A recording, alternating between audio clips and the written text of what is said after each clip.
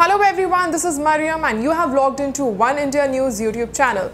So it is the fourth day since the launch of GST and Indians are still reconciling with the idea of a new tax regime.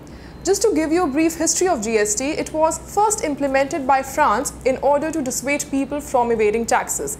And after that, more than 140 countries have implemented GST, some going for a dual GST model like Canada and Brazil. Now, India has adopted the Canadian model of dual GST because India has a federal structure where the centre and the state both have the power to levy and collect taxes. Now, talking about Europe, most of the countries in Europe, they have a single tax rate under GST because they don't have the problem of poor families, unlike in India, where if a single tax rate is imposed, it will burden the poor more vis-a-vis the rich. And across the globe, the concept of GST is the same, except that some countries have opted for the term VAT to substitute GST. Now, the Indian government has been propagating the idea of 4 tax slabs under GST, but categorically speaking, there are actually 7 tax slabs. That is 0%, 0.25%, 3%, 5%, 12%, 18%, and 28%.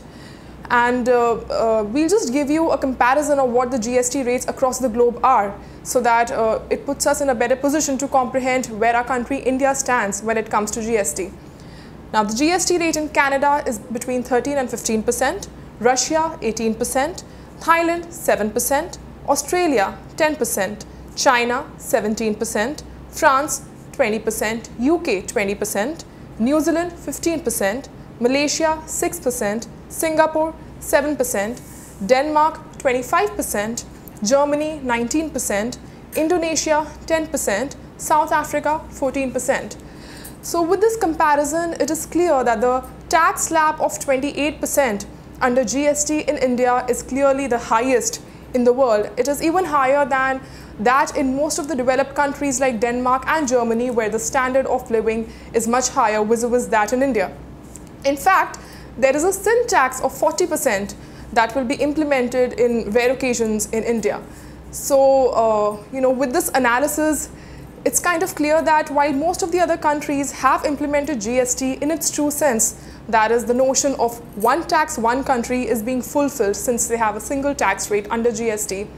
But India, with its varied tax slabs under GST, I think it's legitimate to reconsider the extent to which the idea of one nation, one tax holds true in our case. So that's all for now. If you have any queries and doubts, you can mention them in the comment section down below. And please don't forget to share and like the video. Also subscribe to our channel and click on the bell so that you get notifications about all the latest updates and videos.